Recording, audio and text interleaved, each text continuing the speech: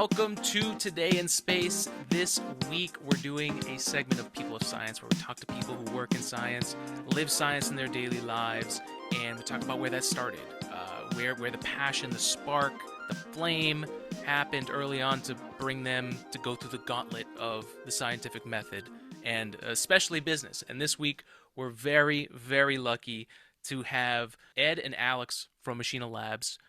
Guys, thank you so much for coming on the podcast this week and talking about Machina Labs and sharing your stories. I appreciate you guys coming on.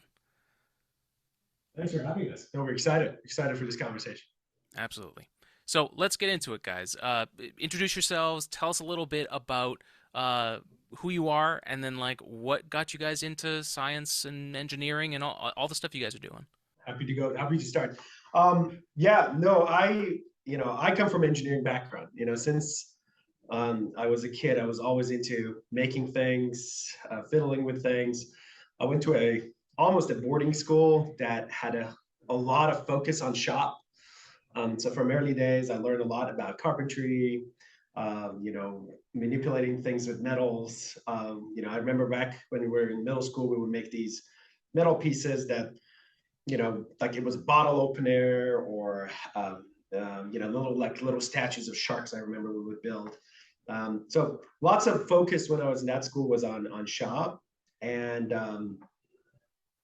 once I got a little bit older, obviously started to get fascinated by the computers. Kind of was the world where like you could just do whatever you wanted in it compared to the physical world where there's a lot of limitations in terms of what you can build.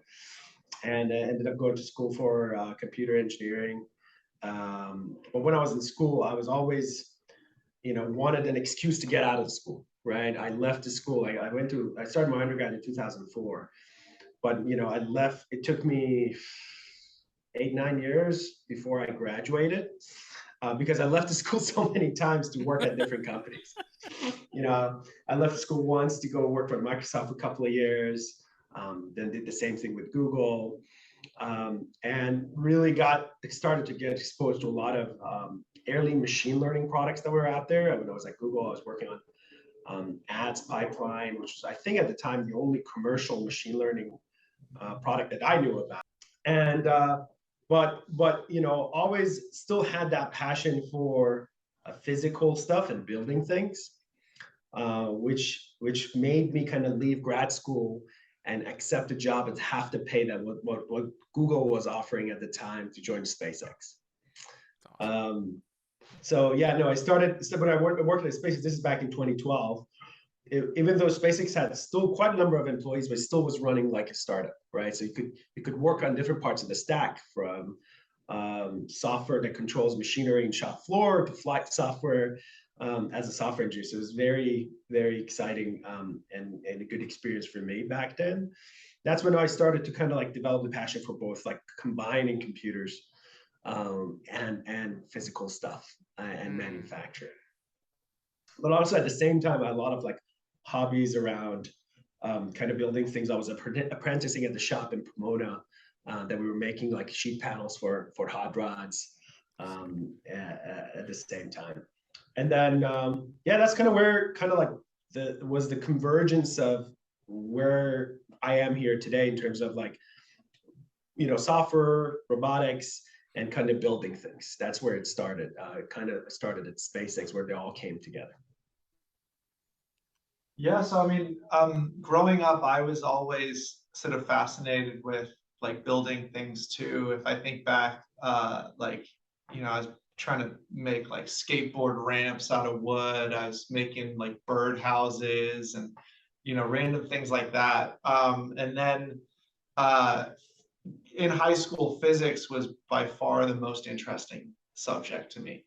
And I remember sort of before college, my parents were like, you can study physics, but you probably want to study engineering if you want a real job, kind of thing. Or I should say, much more likely to get a paying job that's not in academia, at least at the time. And so I studied mechanical engineering, but really for most of my career have been kind of leading business development, sales, marketing type activities for very technical, like advanced manufacturing type companies. And like Alex, I know, you know, from Desktop Metal, obviously, like I started at Stratasys, right? One of the original 3D printing companies. Worked one of the early employees at Carbon, did metal 3D printing, did composites, advanced manufacturing. So I've kind of run the gamut in terms of different materials, processes, and of course now shaping sheet metal with robots.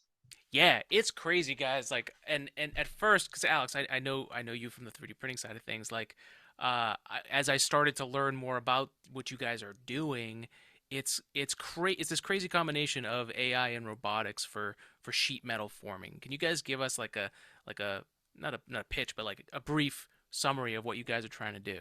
You know, one of the main challenges when I started working at Spaces and started working in manufacturing, one of the main challenges was always um, how can you make the cost of your first part as low as your millionth part, right? Because it's always costlier to make one part. Then once you scale, you can kind of like, you know, get much cheaper because the tooling that you use to make one part then makes millions of parts. And, you know, that tooling gets, the cost of that gets broken even over like multiple parts and the cost of the part goes down. So even from days in SpaceX as well, this was at the top of mind. How can you, as an engineer, you're always fascinated by building things, but unless you're working with these large corporations who can afford to build factories for the type of parts you want to make, you can never really get your ideas out there. Right. Right. And that's why 3D printing was really fascinating for me as well, in terms of like gives you that ability to get your first part out. Yeah. But unfortunately, 3D printing only covers a certain range of and types of parts. It's good, really good for parts that have maybe a lot of internal features, they're dense, but they're all group of parts, like, you know, sheet metal, one of them, that there was no agile solution, right? So at Machina Labs, we start thinking about how can we make that, bring that same type of benefits 3D printing brings to those solid parts to these unsupported sheet metal parts.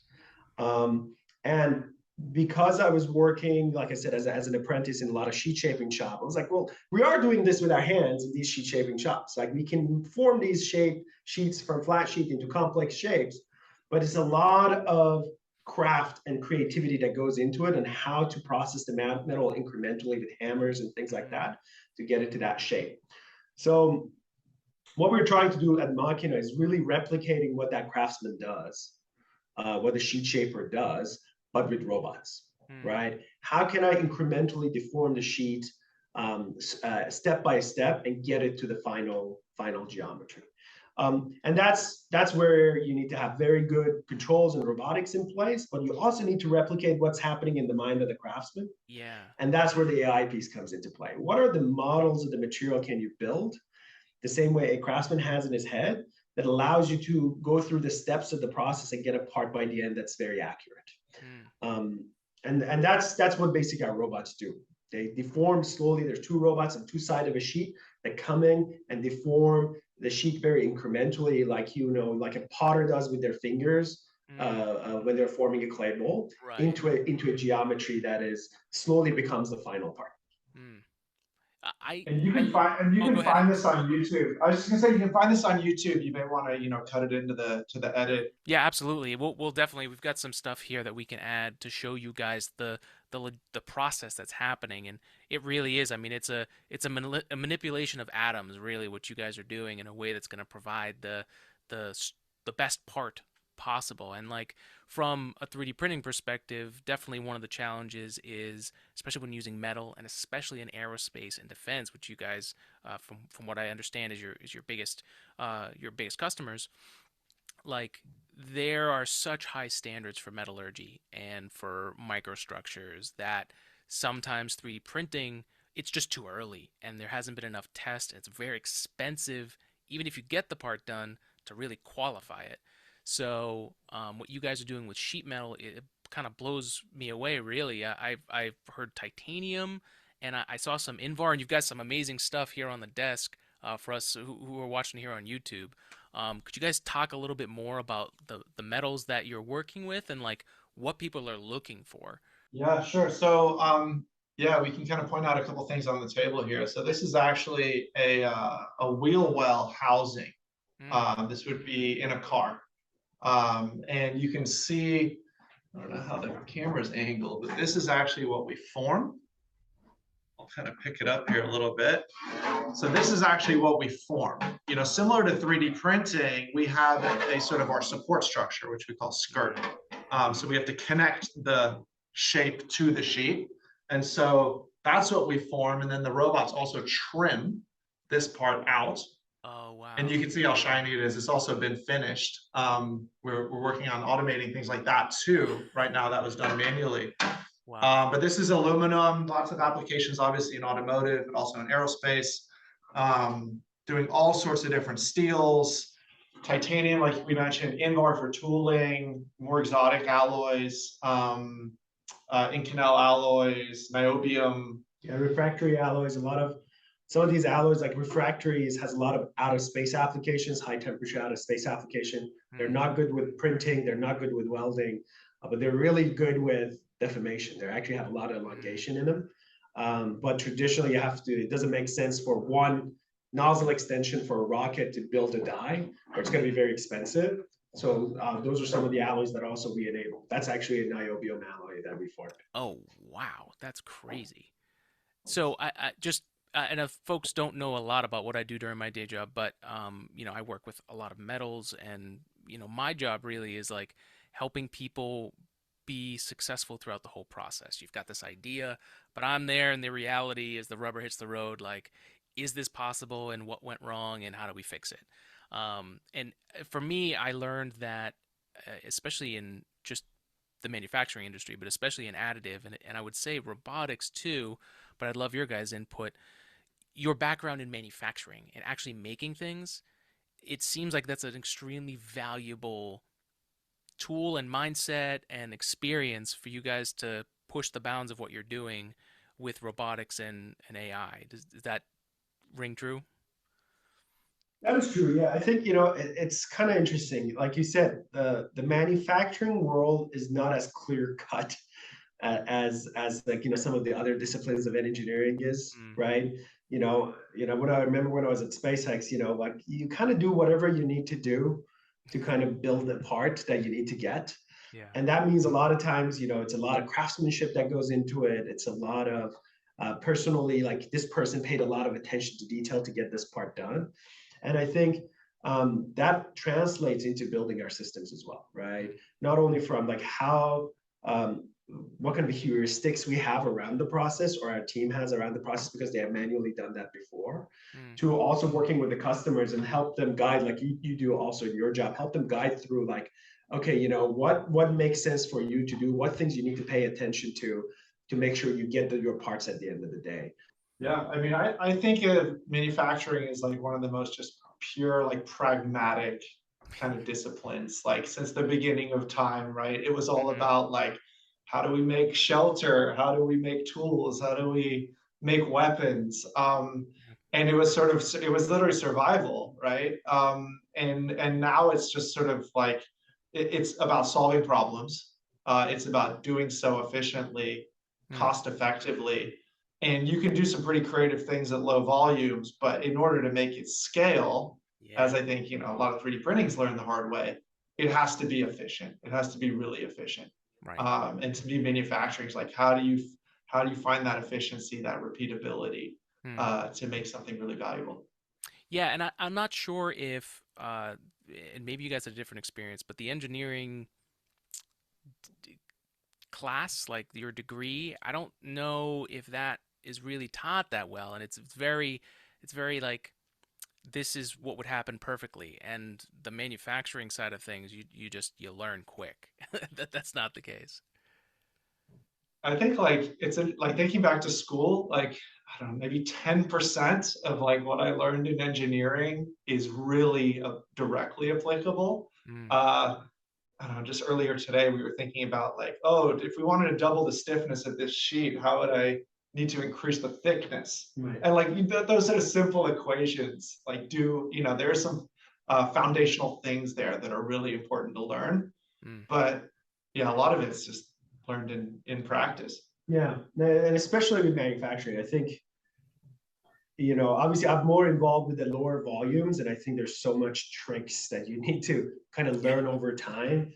I remember I was working at this like I mentioned, the sheet shaping shop, and Bobby Walden, he's like a very well known kind of sheet shaper in Southern California, and he has like this mental model of how the material will deform that is super accurate and it's very practical, right?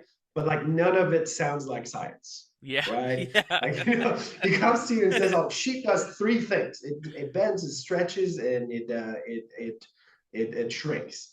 And I were like, "Well, I mean, scientifically, there are more things. There's shear. There's a whole bunch of other things." Yeah. But with his mind, he built this model through experience, and now he's like one of the only few people with hand can make very accurate parts for aerospace applications Mm. that I think, you know, if you put a material scientist, we're not going to explain what the process will look like, but he can just do it very intuitively. So there's a whole bunch of things that you need to capture after school to be able to really be productive in your craft, especially if it's around engineering. Yeah, absolutely. And like finding like the reps as I've thought of it, like having 3D printers in my basement, and I do it in my day job and everyone thinks I'm crazy, but for me it's just getting in the reps of like, how does this work? Like how do I make this work? I got another idea, let's make it. So I mean I've got stuff all over the place here. Friggin' doing a Starship pen in the background with some resin, which is totally different than plastic. FDM stuff. So, yeah, it's wild.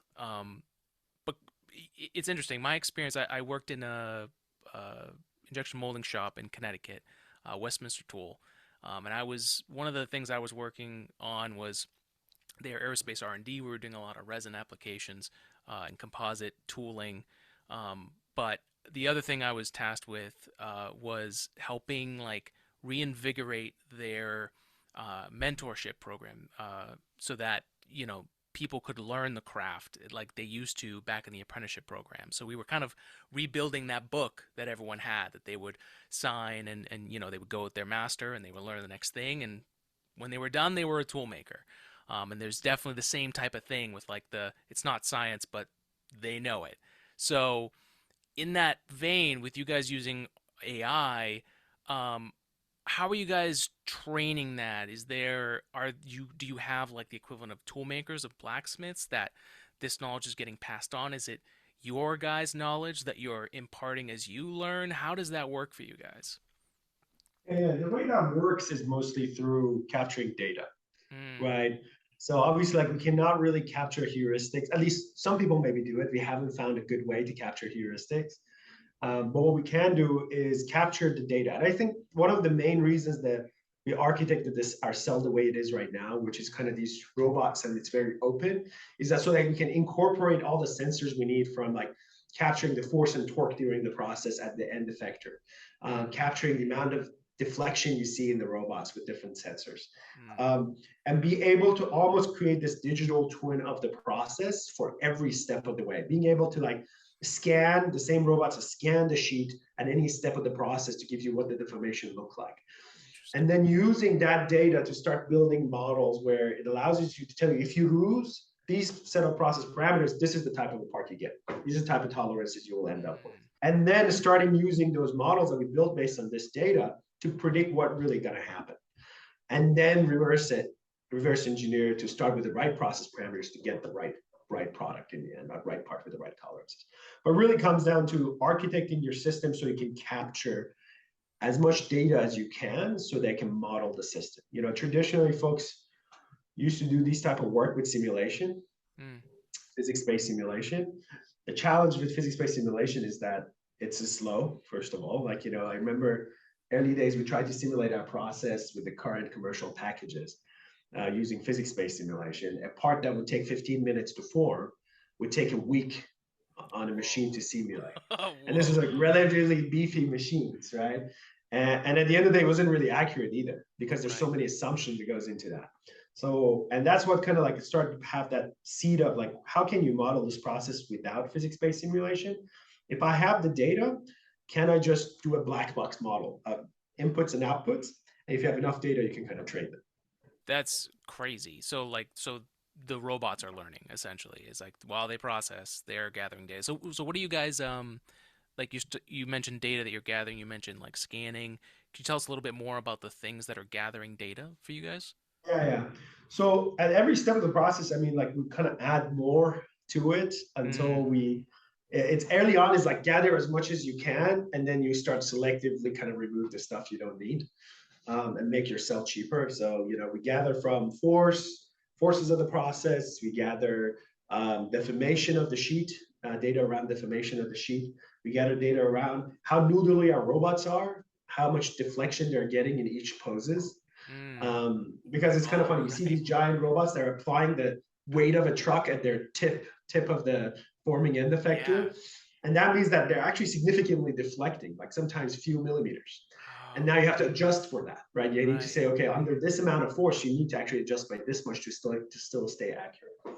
Mm, Those are the type of information we're gathering at the moment. thank you for sharing that. That's wild. Of course.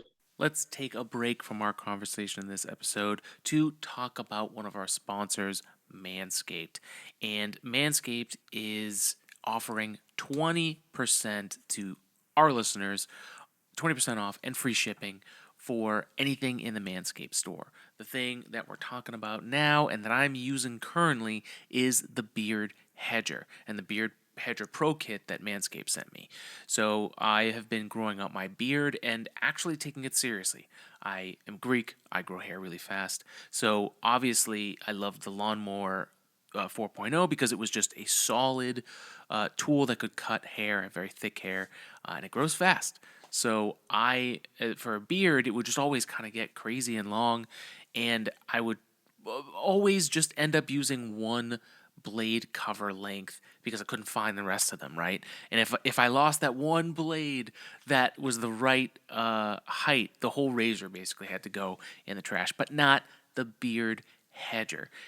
It's one clip, and the blade, the titanium blade, actually gets closer or farther from for like the length of the hair that it's cutting. So you have the 20 different settings on the Beard Hedger. I'm right now at a 6 millimeter, where I was at a 5 the last time we did the ad for this podcast. And I just, there's this section like right underneath my, like above my chin, under my lip, like the goatee area, that always gets like, the skin always gets like really rough. And I'm able to control that with the Beard Hedger. It's a great tool. It's super simple. It gets the job done, and I'm not just being ad Alex here. It's legit. I do actually use this. We do believe in Manscaped, and we use the products all the time. And there's the beard conditioner, the beard oil, which I'm actually liking the beard oil more than the conditioner. But there's also the shampoo, which is kind of nice every once in a while to use that. And the whole thing, the whole kit, the brush. It's about the experience with Manscaped, and that's what we love about them and why they are a sponsor here in the podcast. So get 20% off and free shipping by using the code SPACE at manscaped.com. That's 20% off, free shipping with code word SPACE. Go check it out, support the podcast, and get the right tool for the job and the whole experience, from the Beard Hedger down all the way to the joke newspaper that they give you to put down to catch all the hair and make cleanup easy and simple.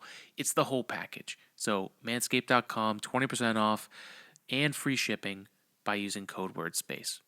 Thank you, Manscaped, for being a sponsor. Now let's get back to our conversation. I had another question here. So the AI, the way you guys are gathering AI is fascinating to me. Like it's very applicable. It's very, hey, let's see what the reality is, and more specific, like you're saying with the deflection, like all those little things that you don't realize along the way that you have to account for. You guys are picking it up, so that's crazy. So tell me a little bit more about this latest announcement from the investment with Lockheed Martin, and how does that play in for you guys for the future? Sure. Yeah. So we're obviously super excited to announce that Lockheed has made an equity investment in us. We can't say too much about how we're working with them, but I think the audience can probably imagine a lot of the things that Lockheed works on can benefit from complex sheet metal, especially some of the high performance metals like titaniums and aluminums, like we mentioned. I don't know, anything to add? Yeah, no, I think the main it's funny. This is one of the applications that I wasn't thinking about. When we were thinking about early on about the flexibility of our system, it was mostly like engineering excitement. It's like, can I form sheet metal parts in a matter of hours as opposed to go buy a kind of tool and make a tool. I remember I was talking to some of the folks that I knew at SpaceX at the time. They were like all the time kind of almost being encouraged not to use sheet metal parts because you can never get the sheet metal part right in terms of tolerance. Mm, And it also takes you 4 or 5 months before you can get your first part. And by that time, it's going to be probably a wrong part. You have to do another iteration. So it's never really gonna come to fruition. So everyone is yeah. like, just stick with machining and other maybe 3D printing and things that can allow you to give you the part really fast with the tolerances you want. So really the excitement early on was like, can we actually enable getting your part in a matter of hours? Mm, But I think once we started looking into that, we realized that there's a whole lot of applications in the bigger context of manufacturing that we also solve. A whole bunch of problems that we also solve. I think one of the ones that Lockheed's probably very excited about is, the way current stamping plants are, is that it results in basically one location making a lot of parts for the rest of the world, which creates centralization. Right? mm, Because the tooling is so expensive, you need to have one location making parts and make it in volume, right? And then ship it to the rest of the world. That means like the facility ends up being in one location that is usually have cheap labor, but that also creates national security threats, right. right? Right. If it is end up being in Southeast Asia and we're in a conflict with some Asian country, um, is that a good position to be in? Right. Probably not. And I think government and our defense community is thinking a lot about that. How can we bring a lot of these manufacturing jobs closer to home? Yeah.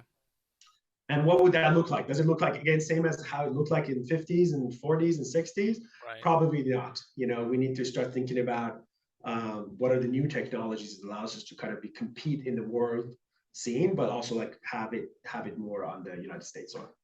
Yeah, absolutely. And I mean the COVID effect too, with what 3D printing was on the map in 2020 because of its ability to be decentralized, and have manufacturing wherever it needs to be. And uh, it's cool to see this technology also perform the same way as additive seems to be almost selectively.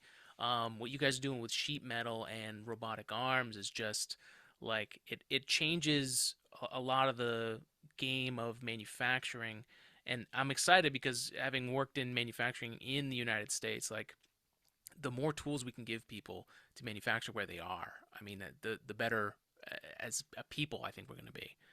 Um, Yeah. that's exciting. It's exciting. Yeah. Any I other think applications that you guys are excited about? Oh, I'm sorry. Go ahead. no, no, go ahead. No, any applications that you haven't mentioned that you're excited about? Well, I don't know if we really highlighted, like you had mentioned earlier, composite tooling was one thing you worked on. That's a Yeah. big area of interest for us. Most composite tooling probably that you're familiar with, right, is machined Hmm. from billet, Yeah. right? And once you start looking at large tools, large composite parts that might be 10, 12 feet long, those tools start getting very expensive. Yeah. You're cutting a lot of material, really long lead time. So we can form the surface sheets for those tools. Then there's some sort of backing structure that gives a little more rigidity. But the benefits of that are, the obvious ones are just the speed and cost savings. But then there's sort of these second order ones, like if this is an autoclave tool, then you can heat it up and cool it down a lot faster. Mm. So you start to get much higher productivity out of a tool or out of an autoclave. So yeah, that's a big area of interest for us, especially in aerospace and defense. Yeah, and I'll say as well, and I think 3D printing offers this, but like the ability to change the design.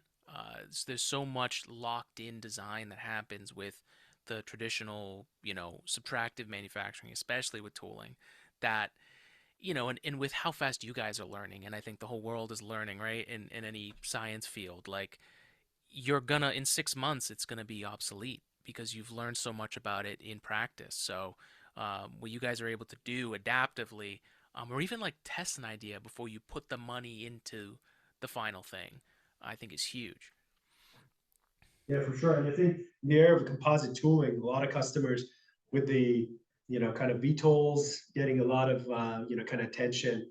And then like attritable aircrafts, how can you just go over multiple designs really fast? And if every time you have to build a tool, and then that tool takes a while and it's very expensive. We were talking about some of these tools that Alex was talking about. Like these are expensive alloys also to machine. Like there's a lot of waste goes into that. Like talking about machining an INVAR, which is very expensive alloy, and that can be like a relatively large tool can be like $1 million tool. Yeah. Now, okay, you can't really iterate. Maybe we can iterate 2-3 times on that, but that's Yeah. already you're racking up like $3 million bill. Like how much of that can you do? To your point, really slows down that rate of innovation, even on the composite side. Yeah. On the business side of things, you guys, and correct me if I'm wrong, you guys are on the customer facing side of things. So you're having a lot of conversations outside, and you're really at like the interface of like the interest in the technology. And you might even be talking to people who are not necessarily the people who are making the things that they're ultimately buying your technology for.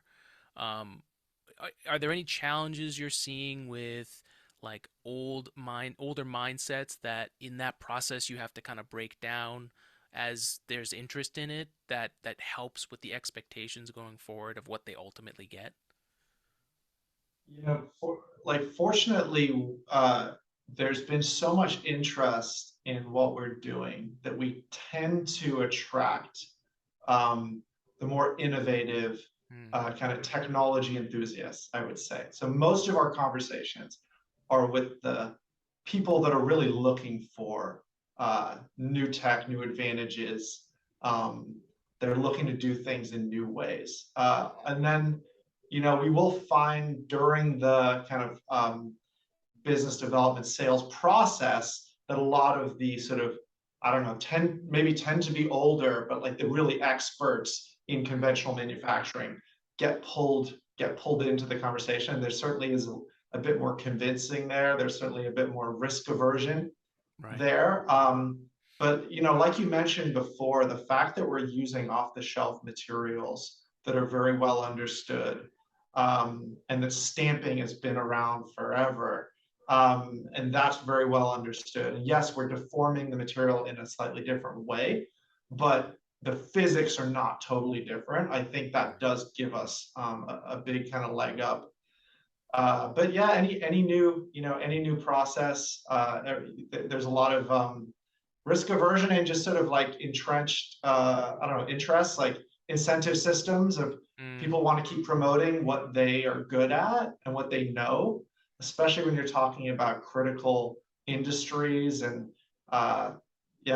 things like aircraft. No one wants to take risks with new processes, materials. Yeah. But if we want to stay cutting edge and move fast, we got to innovate.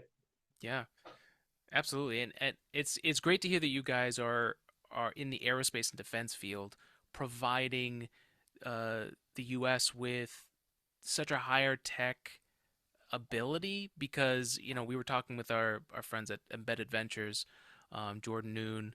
Oh, and I forgot Jenna. Don't forget Jenna. She's amazing. But they were talking about how difficult it is to get that industry to change and to enable, what you guys have with AI.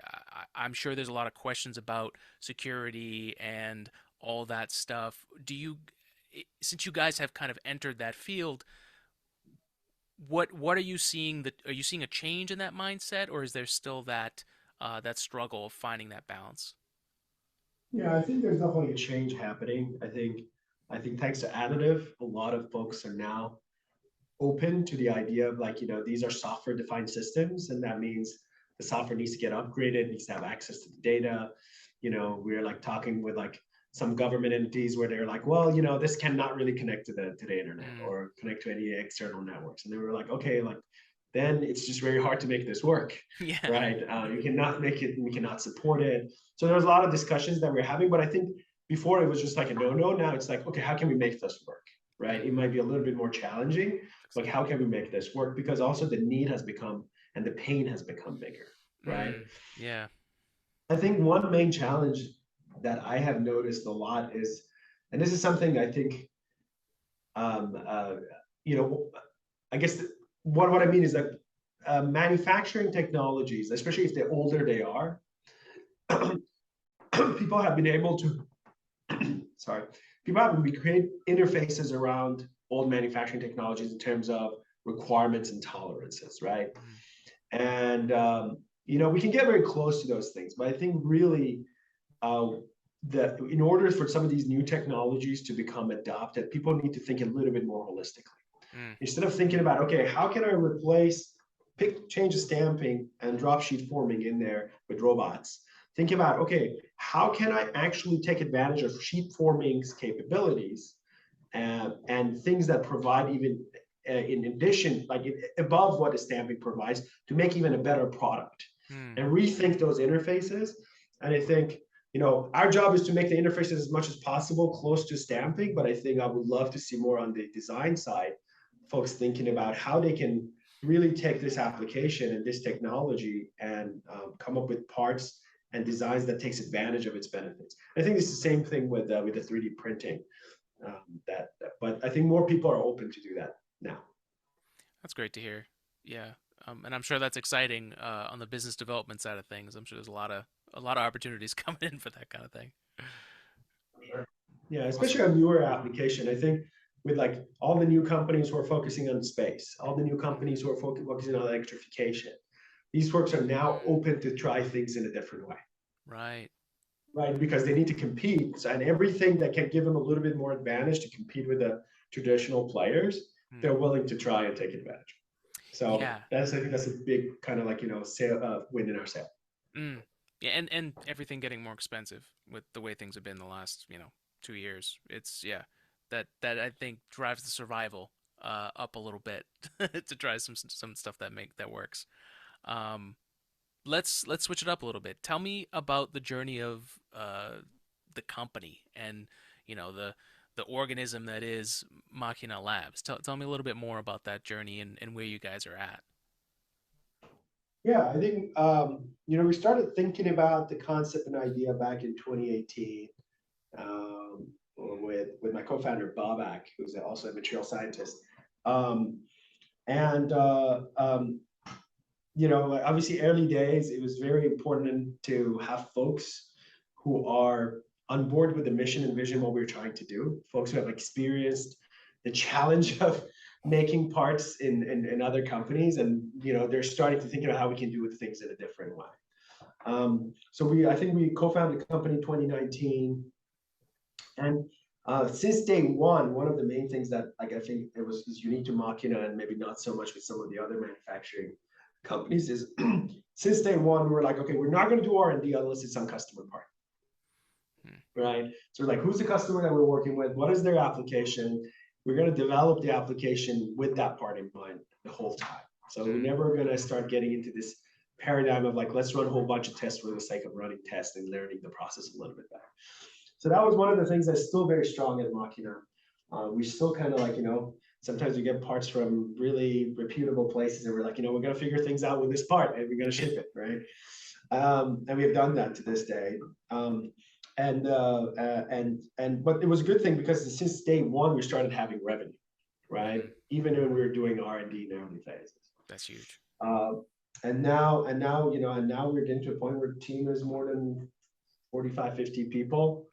Wow. um, from the first days of like putting cells together down on the floor with like 2, 3 people, like, putting holes in the concrete, putting the robots Yeah. down, to now that there's like a significant team doing that. That's great. That's great. I mean, yeah, that kind of growth. Wow, that's 5 years. That's wild, guys. That must have been a wild ride so far. No, it was great. I think at the end of the day, I think, one of the main things that I think it's very exciting about Machina is like everybody's really excited about the mission, which is like, Mm. can you enable anybody who come up with a great idea to just form a part and kind of get their parts in their hands.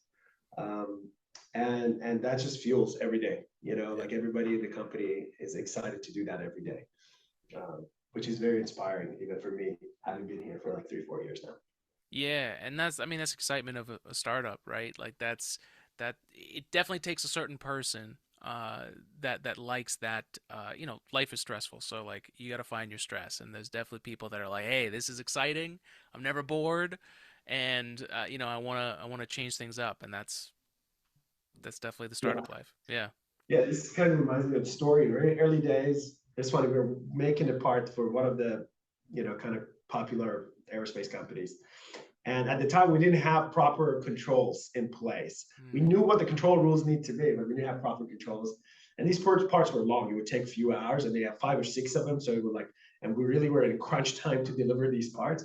And I remember me and a bunch of few other folks, we were taking basically shifts to actually be the control. So it's like, you're sitting in front of in front of the robots, actually modifying parameters in real time to get the Wow. part to the right place. But yeah, those are the kind of the fun things and memories that like you spend a lot of time, and it happens in the startups. And yeah, but like it's the fun memories that stays with you. Still like vividly, I remember how much it was a really good time we had making those parts. Oh yeah, it's like drinking from a fire hose of learning. It's crazy. It's so much fun. I've done. That's how I learned 3D printing. Was literally looking at the printer when it didn't work. It's like, what is it doing? And then Right. you learn another button, learn another setting, and then you're off and running. It's cool. Well, guys, thank you. This has been amazing. I don't want to keep you guys too long. I know we have an out here in a few minutes, but last final thoughts for you guys that you want to share with the folks listening and watching, whatever it might be. I mean, I would just add, like, to Ed's point, we're on a mission here. I think if there's anyone listening in your audience that's interested in joining, we'd love to hear from them. We're growing really rapidly, doing a lot of hiring across like virtually every function, and yeah, looking for really excellent, passionate engineers, leaders, operations people, HR, you name it. Yeah. Ah, I think yeah. one thing that's very exciting about companies like 3D printing or our companies is that it's very multidisciplinary. Mm, It's one of the main reasons like I was very excited about this field. Like, we were talking about what are you not taught in school? When you go to school, they try to like push you in one discipline, like, oh, you're a mechanical engineer, a computer engineer. You got to go get expert. But I think in fields like this, it's where a combination of material science, robotics, mechanical engineering, computer engineering that all come together. mm. And that's what I think is very, at least personally for me as an engineer, was very exciting to work in this space. So like folks that are joining us, will be able to kind of like work on all of these different things, Mm, which is something you don't get exposure to when you're in school or when you're working in large companies. totally. Yeah, I think it's like something advanced manufacturing in general, like you end up working across like so many different industries, on a daily basis, working with like all these different functions from all these different companies, all essentially trying to solve different design, material, engineering, manufacturing challenges. Mm. And that's what I get motivated and about, and it keeps it super exciting. Every day is really different. Would you say one of the traits you guys are looking for is just like natural problem solvers? That's the most important thing. So we always say, like, in hiring folks, look for somebody who's a smart, a problem solver, and it has action bias. Instead of trying to think about it all the time, like, Mm. can he just gonna, roll up his sleeve and actually try something and see how it works? And those are number two most important traits we're looking for.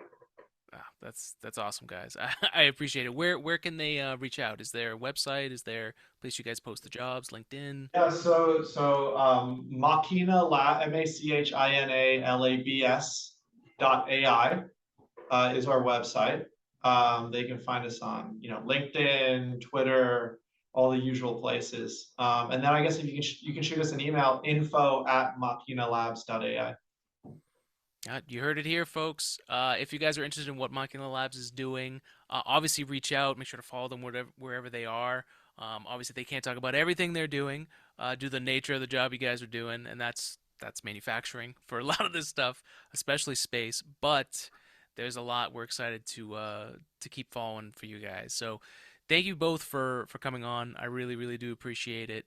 Um, as always, spread love and spread science. Thank you for joining us, and we'll see you next time. Thanks for having us. Thanks for having us.